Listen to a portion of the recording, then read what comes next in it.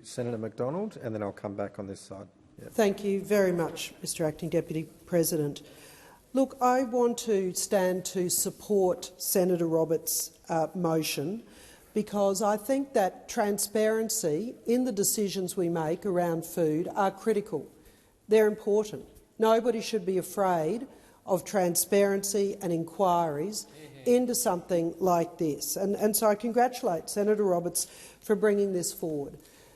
The food we eat is the most important thing that we think about each day. Some of us think about it better than others. I'm afraid that I fall off the wagon regularly with things that are certainly not approved on the healthy foods list.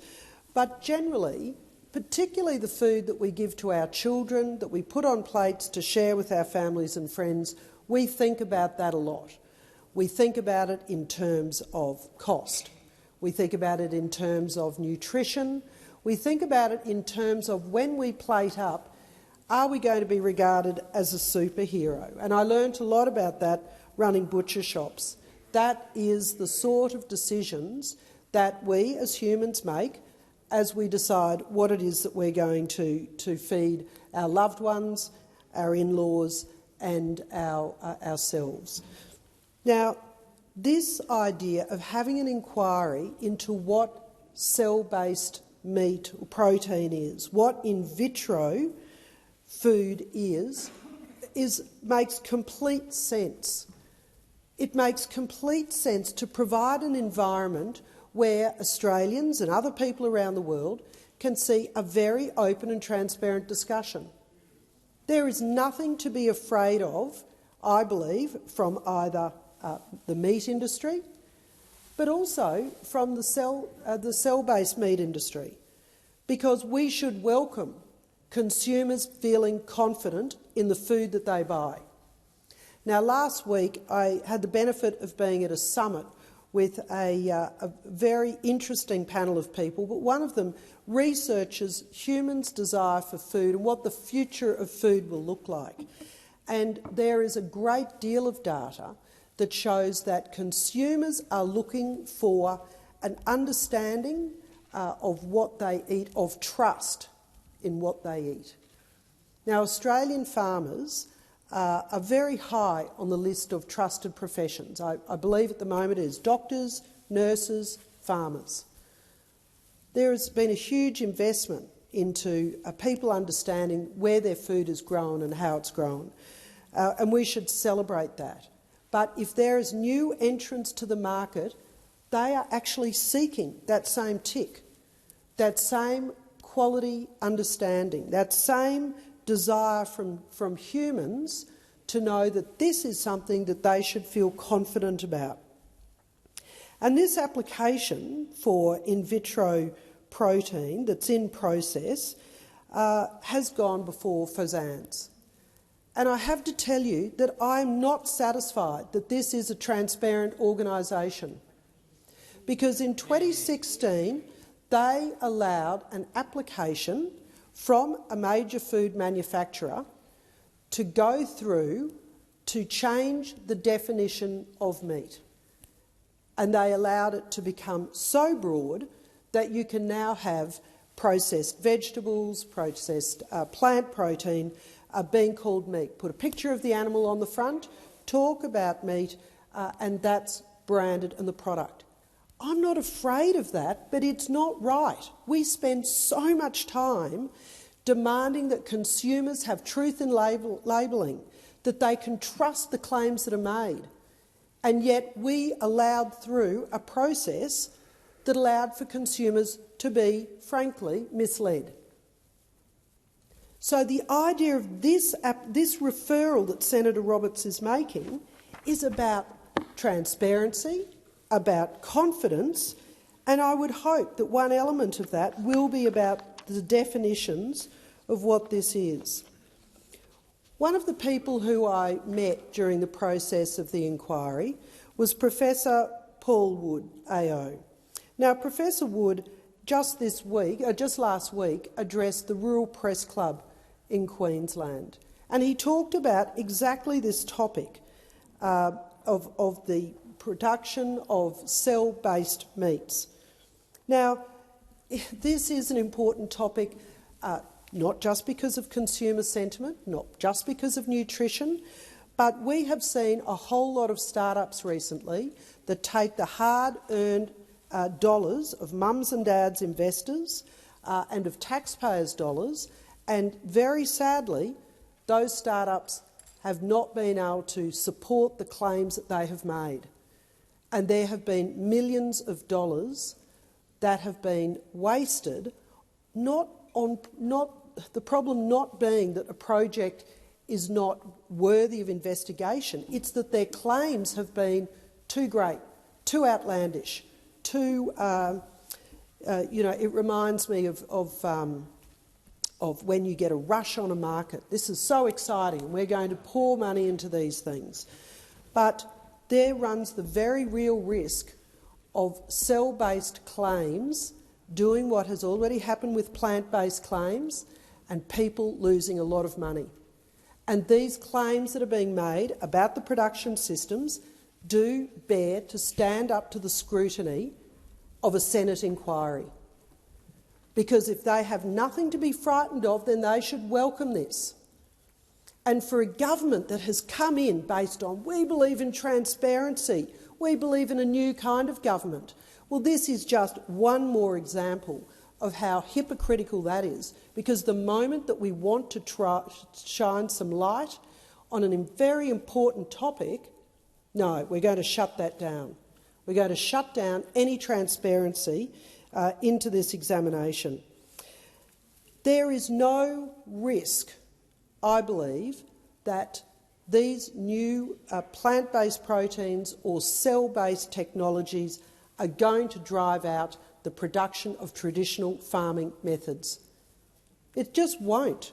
This is not, as much as some people, like my good friends in the Greens, like some industry people would like to have us believe, this is not about a competition between red meat, between farming organisations and these new products.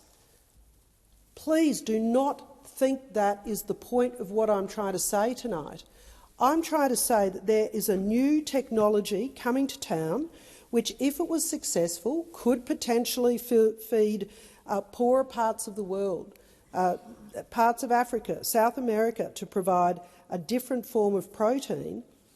But billions of dollars are being poured into this new technology, into an estimated 150 cultivated meat startups around the world, because they're betting that investor money that they'll be able to produce lab-grown protein alternatives at a commercially viable scale while also attracting customers. Now, that is a noble and fair pursuit of commerce. That is the way the world works.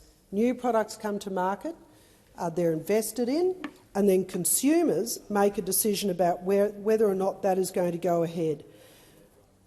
But given some of the technological issues, that has got a very real risk of actually sending a lot of these investors to the wall and these companies to the wall, because the science is very difficult. It is very challenging. So some cell-based meat startups have publicly announced that they have commissioned fermentation vessels of up to 250,000 litres in size. The biggest that has ever been done to date in cell culture is about 10,000 to 20,000 litres. So this is the first example of a commercial claim of a company that is attracting investor dollars that is not supported by any technology, any manufacturing process in the world to date. I think that it is only fair that we start allowing people to have a transparent discussion into what these technologies are and whether or not they are a whole lot of hype. I've got no doubt the technology works. We've seen it in Japan. They can produce pieces of protein that look like meat grown from an animal. I've got no problem with that. But what I do have a problem about is these products being sold as if they are an investment certainty. And if that is not worthy of a Senate inquiry, with the full public examination that we have the benefit of having in this country, then I don't know what is. And I want to know what the government's frightened of, and I want to know what the Greens are frightened of. When did they become frightened of transparency and good public decision-making? This is the point of the Senate. This is the reason why our forefathers designed an upper house, to allow us to have in-depth looks at legislation, about government investment and about issues that keep Australians awake at night. And this is a perfect example of a new technology where an application is going to FSANZ and there will be absolutely no scrutiny from Australians. And they deserve to know. They deserve to know, is this a good idea? Does this work scientifically? Is there manufacturing schemes that allow this? And most importantly at all, should they risk their hard-earned dollars about going into this? These fermenters run at 37 degrees, which requires a lot of energy, generates a lot of heat. The room needs to be cooled down, which requires more energy. These facilities are going to need a lot of electricity, a lot of inputs. They will not have a low environmental footprint. This is a process that is not easy to grow cells. Extraneous agents such as bacteria or fungi can quickly outgrow and destroy the culture if it is allowed into a sterile environment. So, you know, I just think that if you have the time, I recommend that you go and read Professor Paul Wood's AO's address that he gave to the Rural Press Club. It's been widely reported on Beef Central, and that was only last week, the 17th of March. This deserves an inquiry. If this new technology is so good, then the publicity and the transparency should be welcomed. But if it is not, why don't Australians get to see that? Why cannot we have a discussion about new food products? Because, as I said, as I started at the very beginning, what we put in our bodies is the most important trend happening in the world at the moment. For those of us fortunate enough to live in a first world country, we get to decide about whether we have organic food, whether we have food that's grown free range, whether our food has been grown in an environment that has been ticked off by accredited agencies. But when we move into new products, new lines, we should be able to allow consumers to have the same confidence that they expect from a farmed product. That is all I'm saying. They should be given an appropriate definition. We should understand, are we going to use the same food definitions that we use for meat, for vegetables? This is a far bigger and more serious issue than I think is being fobbed off. And it's being fobbed off Senator Sterle, who I have the utmost admiration for. He is a man who is very genuine and fights hard for his parts of regional Western Australia. And he calls a spade a spade. I enjoy that. But he has been sent in by the government to fob off transparency and an examination of a new technology. So instead, send it off to FSANZ where it will happen behind closed doors. And we should be ashamed of that, because this is our job. This is our job, is to come to the Senate and examine these serious issues. So good on you, Senator Roberts, for coming up with this motion, for making sure that it is examined properly. But I think that the government, who continues to say they believe in transparency and open government, well, I call it out for the lie that it is. Because when they vote against this tonight, be clear, they are voting against investors having transparency, consumers having transparency, and the broader food industry.